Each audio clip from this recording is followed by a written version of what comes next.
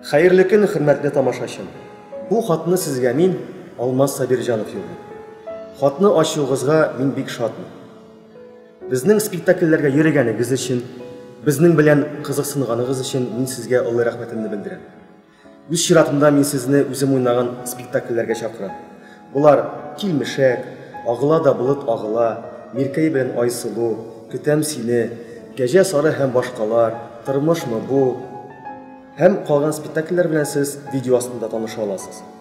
Һәм безнең февраль айында тагын бер иң күңелле вакыйгаларның берсе, ул да булса 14-нче, 15-нче, 16-нчы февральдә Кәрим Тинчуринның Сүнгән йолдызлар әсәре кабат безнең сәхнәгә кайта. Анда мин үзем Надир Мәгъдүм ролен башкарачакмын. Калган спектакльләргә сез билетларны безнең рәсми сайтта Камал театрының Тару сайтында кирип ала аласыз.